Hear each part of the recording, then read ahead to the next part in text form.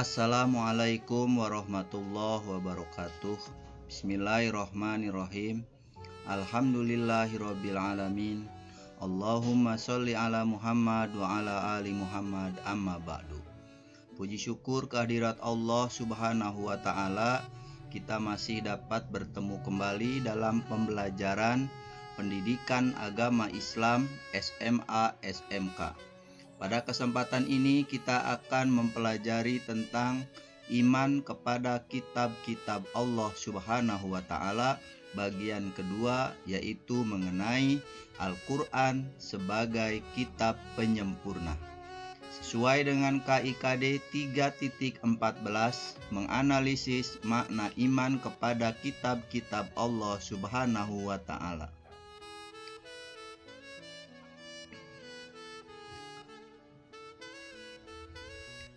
Pada kesempatan ini, materi yang akan kita bahas antara lain yang pertama, pengertian kitab-kitab Allah Subhanahu wa taala. Yang kedua, dalil adanya kitab-kitab Allah Subhanahu wa taala. Yang ketiga, pengertian Al-Qur'an. 4. Nama-nama lain Al-Qur'an. 5. Kandungan isi Al-Qur'an. 6. Keistimewaan Al-Qur'an. Dan ketujuh, perilaku mulia mengimani Al-Qur'an. Itulah materi yang akan kita bahas pada kesempatan ini. Baiklah, kita mulai terlebih dahulu dengan pengertian kitab-kitab Allah Subhanahu wa taala. Iman kepada kitab Allah Subhanahu wa taala artinya meyakini sepenuh hati bahwa Allah Subhanahu wa taala telah menurunkan kitab kepada nabi atau rasul yang berisi wahyu sebagai pedoman hidup untuk disampaikan kepada umatnya atau seluruh umat manusia. Di dalam Al-Qur'an disebutkan bahwa ada 4 kitab Allah Subhanahu wa taala yang diturunkan kepada para nabinya.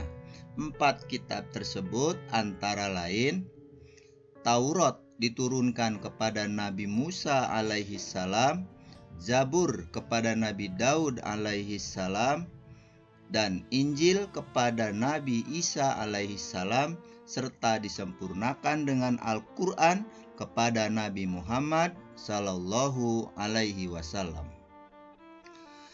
Selanjutnya, dalil adanya kitab-kitab Allah Subhanahu wa taala.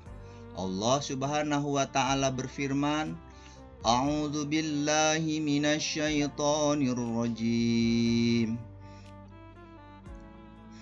Wa anzalna ilaikal kitaba bil haqqi musaddiqan lima baina yadayhi minal kitabi wa muhaimina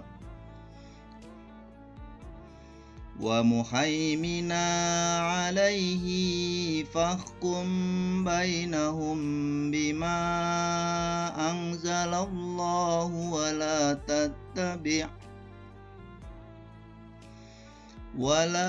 tattabi akhwaahum amma ja'aka minal haqq. Al-ayah. Shadaqallahul azim. Artinya, dan kami telah menurunkan kitab Al-Qur'an kepadamu Muhammad dengan membawa kebenaran yang membenarkan kitab-kitab yang diturunkan sebelumnya dan menjaganya. Maka putuskanlah perkara mereka menurut apa yang diturunkan Allah Subhanahu wa taala. Dan janganlah engkau mengikuti keinginan mereka dengan meninggalkan kebenaran yang telah datang kepadamu. Quran Surat Al-Ma'idah ayat 48.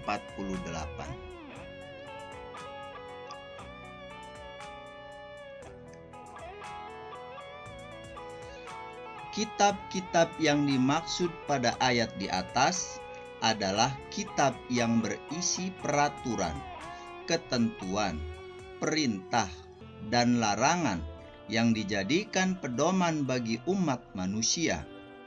Kitab-kitab Allah Subhanahu wa Ta'ala tersebut diturunkan pada masa yang berlainan. Semua kitab tersebut berisi ajaran pokok yang sama, yaitu ajaran mengesahkan Allah Subhanahu wa Ta'ala atau tauhid. Yang berbeda hanyalah dalam hal syariat yang disesuaikan dengan zaman dan keadaan umat pada masa masing-masing.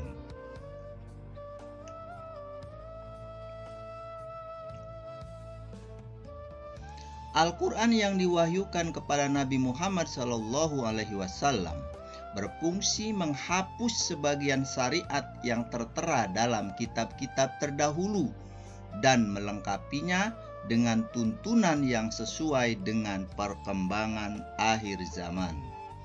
Al-Quran merupakan kitab suci terlengkap dan berlaku bagi semua umat manusia sampai akhir zaman.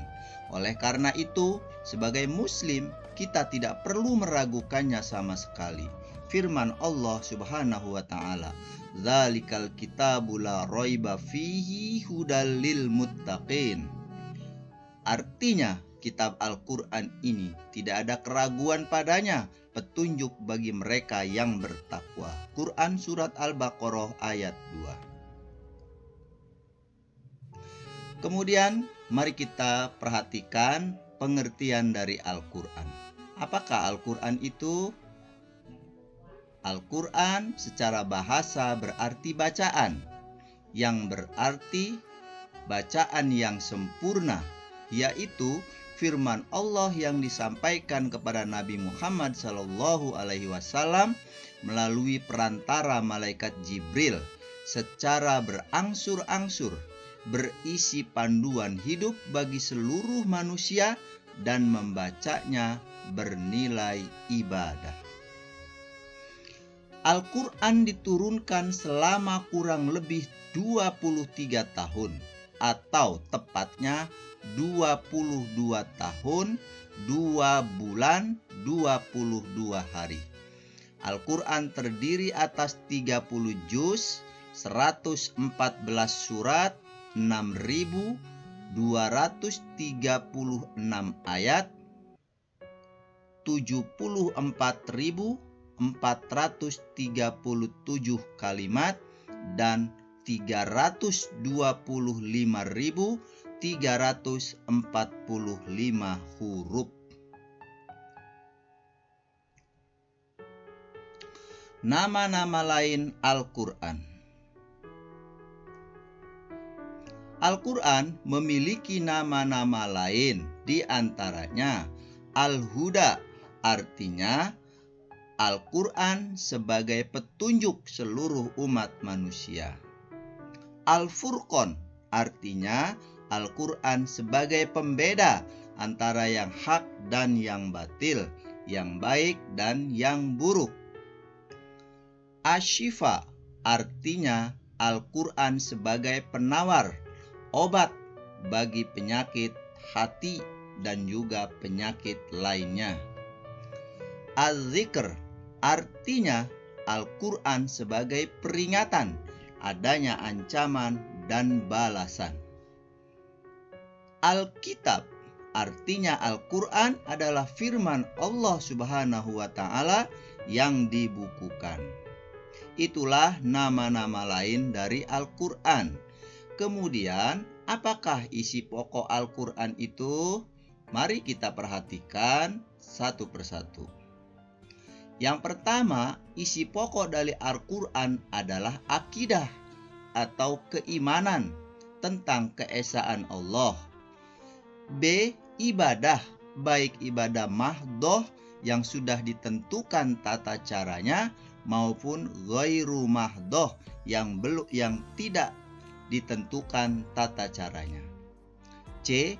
Akhlak seorang hamba kepada Khalik dan juga kepada sesama manusia serta akhlak kepada alam sekitarnya. D. Muamalah, yaitu interaksi atau hubungan manusia dengan sesamanya.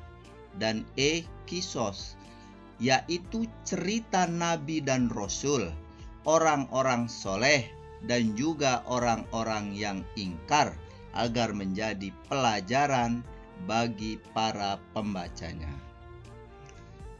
Dan F, semangat mengembangkan ilmu pengetahuan. Kemudian keistimewaan Al-Quran. Al-Quran memiliki keistimewaan yang tidak dimiliki oleh kitab-kitab suci lainnya. Di antara keistimewaan tersebut adalah A, sebagai petunjuk dan rahmat bagi orang-orang yang beriman dan bertakwa, sebagai informasi kepada setiap umat bahwa nabi dan rasul terdahulu mempunyai syariat atau aturan dan caranya masing-masing dalam menyembah Allah Subhanahu wa Ta'ala. C, Al-Quran sebagai kitab suci terakhir dan terjamin keasliannya. D, Al-Quran tidak dapat tertandingi oleh ide-ide manusia yang ingin menyimpangkannya. E, membaca dan mempelajari isi Al-Quran merupakan ibadah. F, dibaca oleh orang-orang Islam yang mengerti ataupun tidak mengerti sampai khatam. G, dapat dihafal oleh siapapun yang mau menghafalnya, baik tua maupun anak-anak, yang mengerti ataupun yang tidak mengerti. H, terjaga keasliannya hingga akhir zaman. I, obat penyembuh penyakit lahir batin. J, tidak membosankan meski dibaca berulang-ulang. K, sumber inspirasi dan motivasi untuk menjadi makhluk yang terbaik. Lalu bagaimana menerapkan perilaku mulia dengan kita beriman kepada Al-Quran? Maka berikut ini adalah cara penerapan perilaku mulianya. Yang pertama, meyakini bahwa kitab-kitab suci sebelum Al-Quran datang dari Allah Subhanahu wa Ta'ala. Yang kedua, Al-Quran sudah dijaga kemurniannya oleh Allah Subhanahu wa Ta'ala sampai sekarang, bahkan sampai akhir zaman. Menjaga kemurnian Al-Quran adalah tugas kita sebagai muslim. Salah satu cara menjaga Al-Quran adalah dengan menghormati, memuliakan, membaca, menghafal, mengamalkan, dan menjunjung tinggi nilai-nilai dan kitab suci Al-Quran. 3. Menjadikan Al-Quran sebagai petunjuk dan pedoman hidup, dan tidak sekali-kali berpedoman kepada selain Al-Quran. 4. Berusaha untuk membaca Al-Quran dalam segala kesempatan, dikala suka maupun duka, kemudian belajar memahami arti dan isinya. 5. Berusaha mengamalkan isi Al-Quran di dalam kehidupan sehari-hari, baik di waktu sempit maupun di waktu lapang. Demikianlah cara kita mengamalkan perilaku mulia akan keimanan kepada Al-Quran. Terima kasih telah menyimak video ini. Semoga bermanfaat. Mohon maaf atas segala kesalahan dan kekurangan. Jangan lupa like, subscribe, and share kanal YouTube Bapak Salahuddin. Jangan pernah ragu untuk berbuat baik, karena Allah melihat dan membalas kebaikan kita. Wabillahi taufik wal hidayah. Wassalamualaikum warahmatullahi wabarakatuh. Sallallahu ala Muhammad.